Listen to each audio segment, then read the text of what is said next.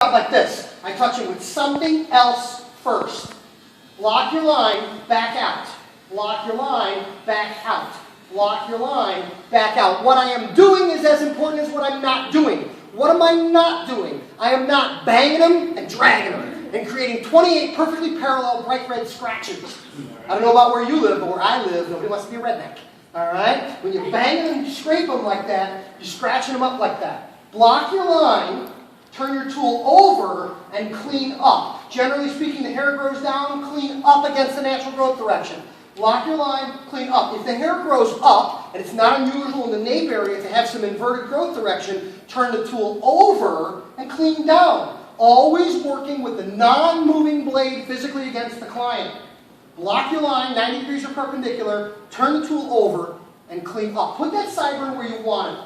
Block your line, boom, done. Working around the ear, you imagine the ear is a clock. The top of the ear is 12 o'clock. The bottom of the ear is 6 o'clock. And the sides are 9 and 3.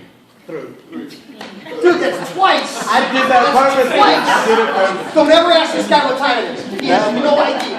Alright?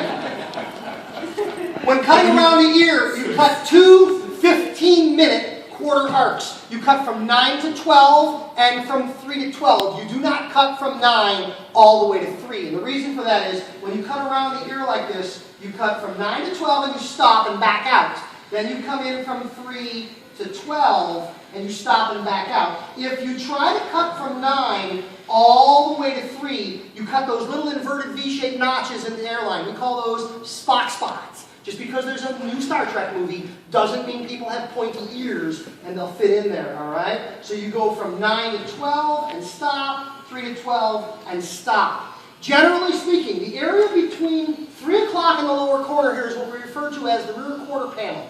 Generally speaking, on a full-size adult male, the hair in the rear quarter panel grows down or slightly forward.